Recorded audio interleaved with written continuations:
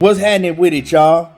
Before we get into this video, y'all make sure that y'all smash on my like button and sub to the channel if you ain't already subbed to the channel. Now, I want to take this time out to address, Rick Glaser dead looking ass. The man looked like he, been filled up with embalming fluid. The motherfucker looked like he dead in the casket and shit. He's sitting up there talking. Now, Rick Glaser was on Fred Barbershop Conversations last night, and shout out to Fred. And the topic came up once again of the No Black Fighter board that Top Rank has.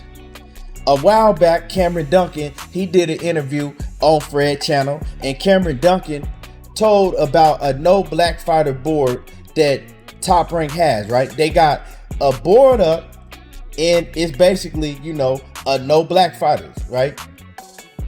And so, Rick Glaser was asked about that. And Rick Glaser, he denied it. He said that Cameron Duncan is a MF liar, right? Cameron Duncan don't tell the truth about nothing. This is what he says.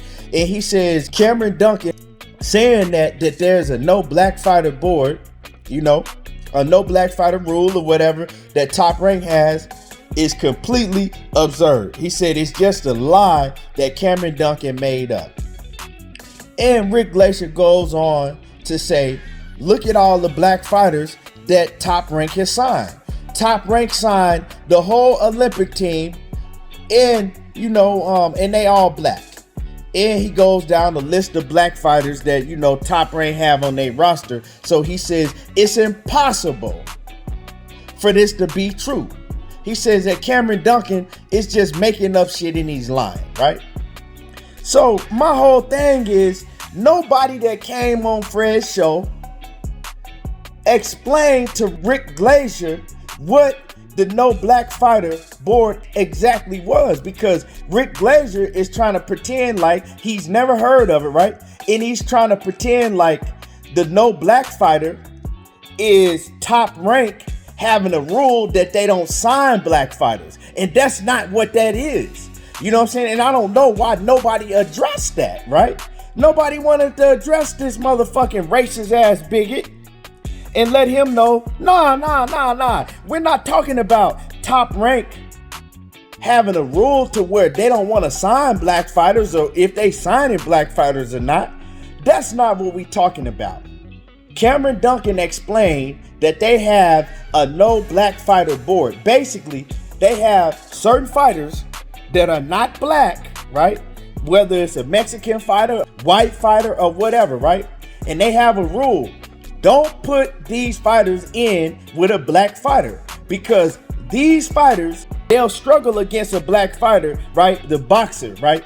Because certain black fighters, they have, boxing styles like a Floyd Mayweather or Sweet Pea or whoever it may be. I'm just throwing them names out there, right? Where they're pure boxers, right? So they have a board up saying, okay, these fighters right here that we have under Top Rank, make sure that you don't put these fighters in with a black fighter, because they're going to struggle with a black fighter. Nobody took it upon themselves to explain what the No Black Fighter board was. And Cameron Duncan clearly explained what he was talking about with Top Rank. That Top Rank has a no black fighter rule, right? Don't put these certain fighters in there with a black fighter, because they gonna struggle. And so when we match them up, we're not gonna match up these fighters with black fighters. It's simple as that, and I don't know why nobody took the time to explain to Rick Glaser. He got out of that question real easy. He was able to weasel his way out of that, right? Because he just pretended like, I don't know what you guys talking about. Look at all the black fighters that Top Rank is signing. Look at all the black fighters that Top Rank has promoted over the years. How does that make any sense?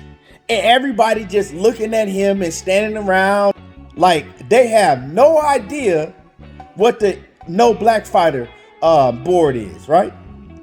And they're letting Rick Glaser pretend like that it's not even possible because Top Rank signs black fighters, which has nothing to do with nothing. All promoters sign black fighters.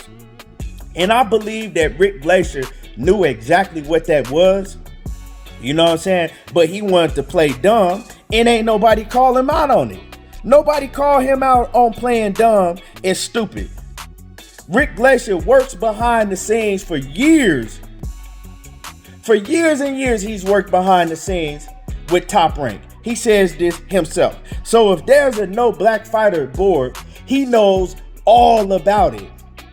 And on top of that, he knew what, you know what I'm saying, what we meant. He knew what we meant when we asked him about that. Or not myself, but when the question was brought up on Fred's show. But he was smart enough to go around it and make it to something else, and nobody checked him on it. And another thing, you know, this dude is a pure racist. Just because you got a motherfucking black wife don't mean you ain't no racist. You feel what I'm saying? Slaves, back in the slave days, the white men was fucking all type of black women. Does that mean because they were sticking a dick in black women that they wasn't racist? Come on now, make this make sense to me. His thing, oh, how can I be a racist when I have a black wife? Just because you got a fetish for black women don't mean you ain't no racist. And then another thing, right? The question comes up, do they have, you know, any talks about race in his home with his black wife? And he says, no, we've never spoke about race in our home. That's not even an issue that comes up in our home. I wonder why you never spoke about that in your home, Rick Glaser. Of course, it's a topic that never comes up. Because a racist bigot, right? Their main thing is to keep it on the hush, and it don't exist if you don't talk about it. That's why every time racism is brought up, anything that has to do with racism, he's playing the race card. Here they go again playing the race card. That's what y'all say. Oh, here they go again playing the race card. Anytime you bring up anything that has to do with race or racism, you're playing the race card. So y'all want everybody to shut up and just don't bring the topic up. Because if you don't talk about it, it don't exist. So of course, you don't talk about it in your household with your black wife. You know what I'm saying? Of course, the topic never comes up. Because now that you and your wife never talk about race or racism, right? Does that mean it don't exist? Because this the same man, Rick Glaser, that sat up there on camera and said that it's no racism in boxing. Yeah, now, then when they got him to elaborate on it later, he tried to act like he never said that. But we can run the tape back, and clearly you said that racism is not a problem in boxing. There's no racism in boxing, right? So, like I said, to men like Rick Glaser, if you don't bring it up, it don't exist. You feel me? And you could just tell by the way this man was talking about Wilder, right?